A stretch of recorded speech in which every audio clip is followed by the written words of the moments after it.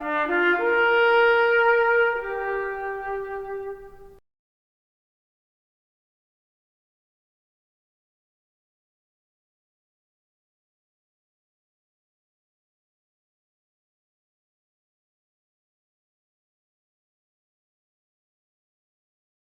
was a glove salesman.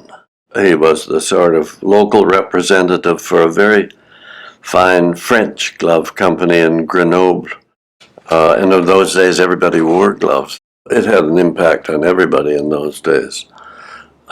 Jobs were scarce, money was scarce. I joined the Bank of Commerce in about 1935, and one of the things I remember is that my salary then was $450 a year plus $100 allowance for living in Toronto. And if you had to work at nights, and of course everything was done by hand in those days, no computers, you were given money to go across the street to the local restaurant, where for 35 cents you could get a 3 or 4 course meal. I guess I was very much influenced by the fall of France. I'd been a bit of a pacifist and a conscientious objector at the beginning of the war. But when France fell, I felt that that was no longer a tenable position to hold. And so I decided I would work in the services, and the Navy was what appealed to me. Canada didn't have any means of training. I became an officer, and because my mathematics was so terrible, my navigation was likewise terrible. And at that point, the Admiralty was looking for volunteers for mine disposal. And so I thought, well, mine disposal is something I could do. This was really a crazy thing for me to do because I hardly knew how to use a screwdriver. Anyway, that's what I did. And so we went out and disarmed mines. They would wash ashore. A mine got into Scapa Flow. When I got on the scene, there wasn't room to do this. It was already too close to battleships. As we got close to the mine, I realized that these guys, they weren't volunteers, so there was no reason why they should be imperiled by this.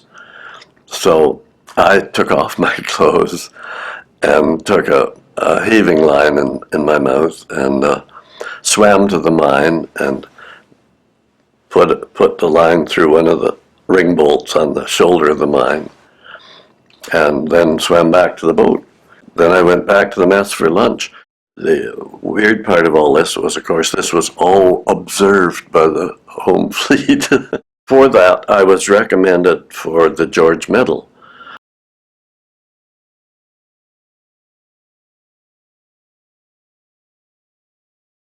And so we walked toward the mine. I was going to secure it, but my torpedo gunner's mate, a marvelous person, said, "Sir, I don't think we should do that. It's too late."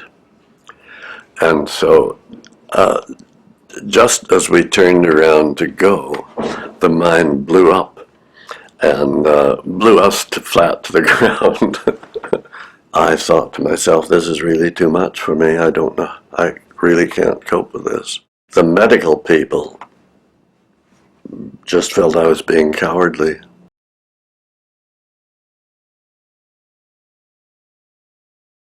We sailed from Liverpool about the 14th of October, and on the 22nd of October I was sitting in the bar having a pink gin before dinner, and boom, we were torpedoed right bang in the middle of the Atlantic.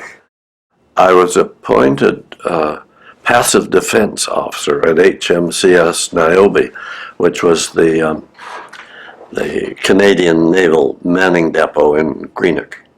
And eventually I became first lieutenant, that is to say, second in command of this place. Personnel officer said to me, I've got a draft of 125 sailors and petty officers from Ottawa, and they're for HMS Armadillo. Would you deal with this? And so I called up HMS Armadillo and said I had these 125 sailors, and was the other end of the line said, "Where are the officers?" And I said, "I don't know anything about the officers." So this man at HMS Armadillo with whom I spoke said, "Well, if there are no officers, then you'll have to come." I was one of those boys brought up to not get dirty or wet. And the idea of mucking about in an assault course where you got filthy muddy and every time you did it, and you did it every day, it was the absolute antithesis of anything I'd ever known. So I trained these men, and then eventually we completed our course there. And at one point we were sent to the Canadian Army Battle School. And I thought we'd already been through things that were tough, but wow, that was really a tough league. It ultimately turned out that all this had been undertaken so late on the part of Ottawa that W Commando ended up as the relief commando on J Force, which was the Canadian invasion force. And this was a great disappointment to these kids who were, and they really were just kids, 18 and 19. About the 7th of July, which is a month after D-Day, P Commando, which was on Juno Beach, had been pretty badly mucked up and they were exhausted. And so we were sent to Juno Beach to relieve P Commando. And I became Beachmaster of Juno Mike Green. It was the British and Canadian sector at Courcey-sur-Mer. When we got there, we were shelled every night by German heavy artillery, railway-mounted artillery. Every 59 seconds there would be a shell burst. Cannes was still being shelled by battleships from off the beach.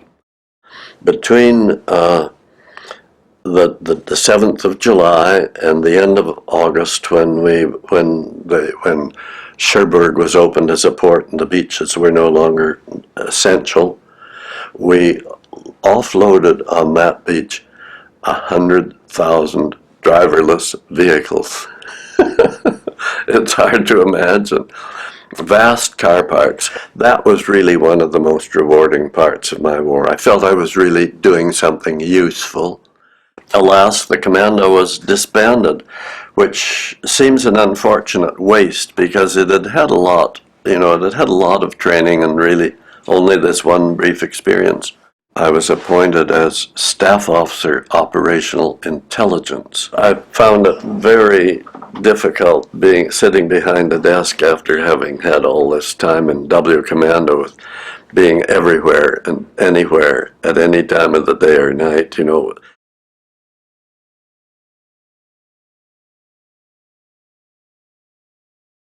I couldn't face going back to my office job, and so I wanted to go to the university, and so I went. They gave one a lot of self-confidence. I wasn't over brimming with self-confidence at the outset of the war. The war brought about wonderful camaraderie in civil life as well as service life. I think it would be hard for young people of today to realize what a relaxed world it was by comparison to ours. Relaxed in spite of the war and the bombing, and it was the major part of my life.